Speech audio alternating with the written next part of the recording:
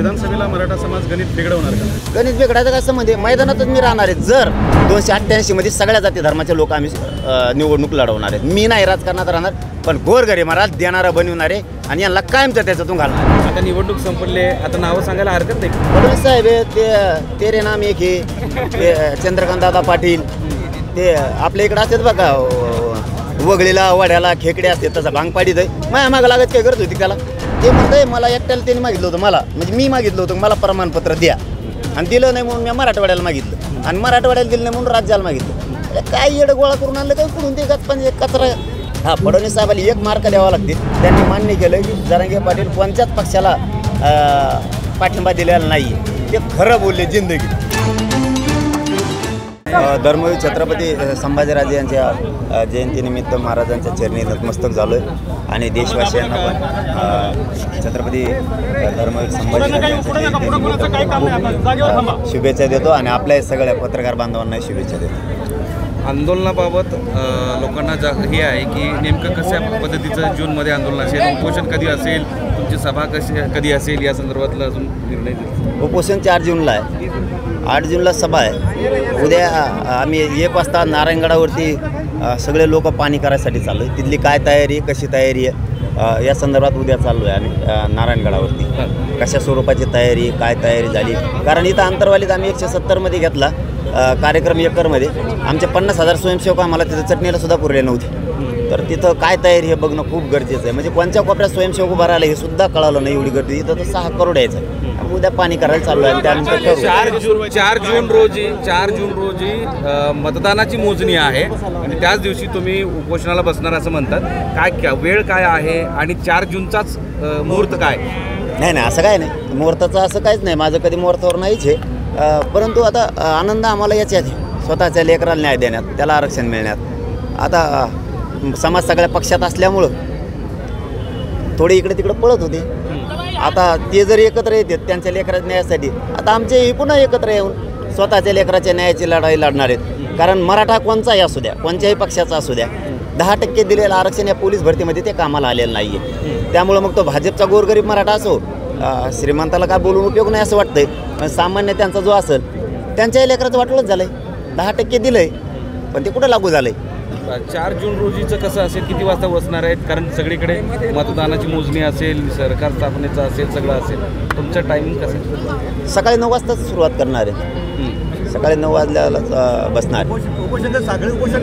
आमरण साकळ्या सुकळ्या करीत नाही सगळं. जनतेला काय आव्हान, आपल्या मराठा समाजाला काय आव्हान असतं या उपोषणाच्या निमित्तानं? काय नाही, त्यांचा आशीर्वाद आहेच माझ्या पाठीशी. 6 करोड मराठा हटत नाही. त्यांनी काय केलं पाहिजे का त्यांच्यासाठी? तुमच्या आंदोलनाला, उपोषणाला पाठिंबा देण्यासाठी गावागावामध्ये आंदोलन सुरू होते, लोकांच्या वेगळ्या पद्धतीने आंदोलन सुरू होतं. यावेळेस तुमचं काय म्हणणं आहे? त्या सगळ्यांना आवाहन काय आहे? आंदोलन पण शांततेत.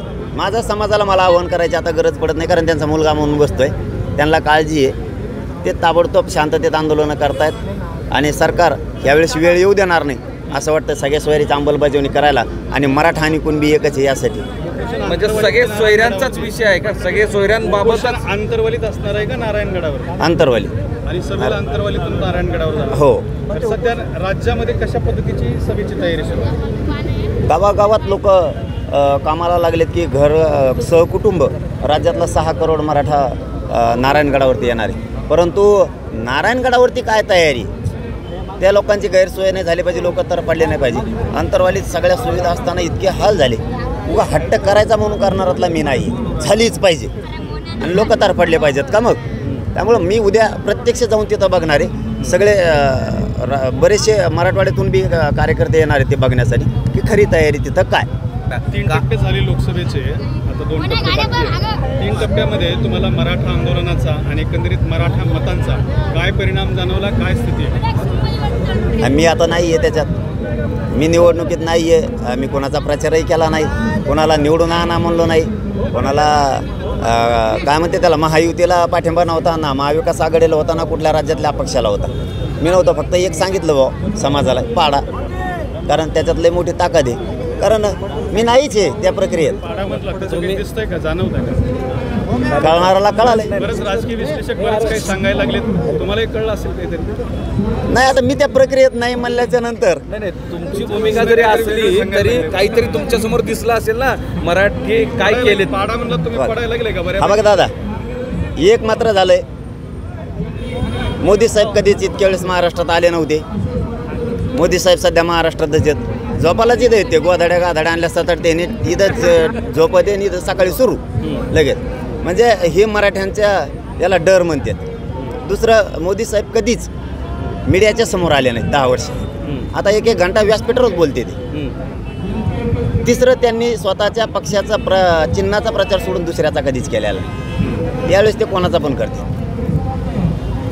हे त्यांच्यावरती वेळ फक्त भाजपाच्या काही स्थानिक इथल्या 4-5 महाराष्ट्रातल्या भाजपाच्या नेत्यामुळे आली की त्यांच्यात प्रचंड मराठ्यांविषयी, दलितांविषयी, मुस्लिमांविषयी, बाराबलुतेदारविषयी खूप द्वेष आहे.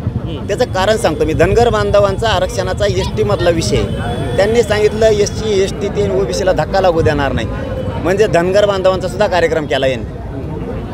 त्याचा अर्थ असा होतो, मग धनगर बांधवांनी तरी का पळावं, असे आता कुजबूज गोरगरीब धनगर बांधव सुरू झाले कालपासून. आता निवडणूक संपले, आता नावं सांगायला हरकत नाही, कोण आहेत ते 4-5 नेते? नाही काय फडणवीस साहेबच ना.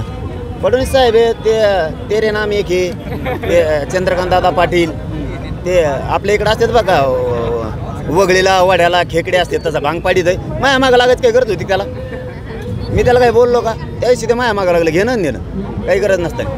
आणि फडणवीस साहेबांनी खरं सांगतो मी, हे द्वेष सोडून द्यायला पाहिजे. आम्ही भाजपाच्या विरोधात कधी नव्हतो, असण्याचं कारण नाही. त्यांनी मराठ्यांचा द्वेष सोडून द्यावा.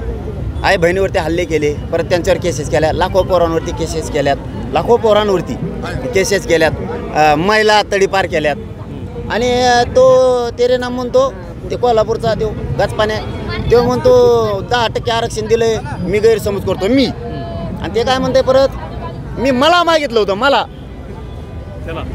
एकट्याला. ते म्हणतंय मला एकट्याला त्यांनी मागितलं होतं, मला म्हणजे मी मागितलं होतं, मला प्रमाणपत्र द्या. आणि दिलं नाही म्हणून मी मराठवाड्याला मागितलं, आणि मराठवाड्याला दिलं नाही म्हणून राज्याला मागितलं. काय येडं गोळा करून आणलं काय कुठून ते गाचपाने कचरा, धड सडा नाही बी, धड काही कुठं टाकताय नसलं कचरा. फडणवीस साहेबांनी हा बघा असली संभलेले आणि मोदी साहेबावर वेळ आहे. मोदी साहेब महाराष्ट्रात इतके वेळेस आले नव्हते. नुसत्या सोलापूर जिल्ह्यात 3 सभा झाल्या भाऊ त्यांच्या, इतकी फजिती चालली त्यांची. हे हा बघा असली, मी त्याचं वाटा गेलो नाही, काही नाही तर माझ्या वाटा गेलं. हा फडणवीस साहेबाला 1 मार्क द्यावा लागतील, कारण ते दिले पाहिजेत. की परवा कुठंतरी 2-4 दिवसापूर्वी त्यांची प्रेस झाली, त्यांनी मान्य केलं की जरांगे पाटील कोणत्याच पक्षाला पाठिंबा दिलेला नाही. ते खरं बोलले जिंदगीत, त्याबद्दल त्यांना मार्क आहेत. आणि दुसरे जे मराठ्यांच्या विरोधात लय आरडत होते OBCचे नेते, त्यांना घरी बसले. या 2 कामाबद्दल मात्र त्यांना मार्क द्यावा लागते, 100% द्यावा लागते, कारण ते खरं बोलले, खरं काम केलं. मी कुणालाच पाठिंबा नाही म्हणलं, जाऊ तरी कशाला. तुम्ही असं म्हणत आहात, पण तुमचा इम्पॅक्ट दिसला असं दुसऱ्या बाजूने म्हणतायत, म्हणून मोदींना सभा घ्या. म्हणजे हा जरांगे इम्पॅक्ट, जरांगे फॅक्टर दिसून आला का लोकसभेमध्ये? अरे दादा, मी काय चुकीचं करतोय? हे बघा, नोकरदारात आमच्या भरती वाढाना, त्यांची पदोन्नती होत नाही. 10% दिलं, पोरांच्या कामाला नाही आलं. मग काही नेत्यांनी, भाजपाच्या काही म्हणतो मी तुम्हाला, जिल्हा लेवलच्या बरं का, त्यांनी लोकांना आव्हान केलं काम करा म्हणून. पण भाजपातला जो गोरगरीब मराठा मतदार आहे त्यांच्यासोबत आहे, त्यांच्या पक्षाबरोबर आहे आणि त्यांच्या पक्षात पण आहे. त्यांच्याच भाजपातल्या मराठ्यांना, सामान्याला असं वाटायला लागलं की 10% दिले, भरत्या थांबल्यात, पोरांच्या कामाला याय नाही, मग यांच्या बाजूला का राहायचं? त्यांनी 10% द्यायचं होतं तर खरं द्यायला पाहिजे होतं. जरी 4-2 नेते तिकडे गेले म्हणजे मराठा समाज नाही, आम्ही ते 3% सोडूनच दिलेत आता 100% मराठ्यांपैकी. कारण सगळ्यांना कळतंय की आपल्या लेकराचं वाटलं. आणि मी काय वाईट करतोय? सगळ्या मराठ्यांचं कल्याण व्हावं म्हणून मी लढतोय. मी दुश्मनी कोणासाठी अंगावर घेतली? सगळ्या मराठ्यांसाठी. पुढचा प्रश्न असा आहे की आता विधानसभेला तुम्ही यापूर्वीच्या संदर्भात सांगितलेलं आहे, विधानसभेला मराठा समाज गणित बिघडवणार का? गणित नाही बिघडवणार त्यांचं, त्याला येऊनच देणार नाही. गणित बिघडायचं काय संबंध आहे? मैदानातच मी राहणार आहे. जर सगळ्या सोयरीची अंमलबजावणी मराठा आणि कुणबी एकच आहे, हो कायदा जर पारित नाही केला तर मी मात्र मैदानात जाणार आहे. पण दिले तर राजकारण माझा मार्ग नाही. देवेंद्र फडणवीस साहेबाला, शिंदे साहेबाला माझं सांगणं आहे की तुम्ही आमचं हा आहे ते हक्काचं द्या, तुम्ही गुन्हे मागं घेऊ म्हणले होते ते घ्या, आम्हाला राजकारणात यायचं नाही. पण जर नाही केलं तर मग मात्र 288 मध्ये सगळ्या जाती धर्माचे लोक आम्ही निवडणूक लढवणार आहेत. मी नाही राजकारणात राहणार, पण गोरगरीबाला देणारा बनवणार आहे आणि यांना कायमचं त्याच्यातून घालणार आहे. थँक्यू. धन्यवाद.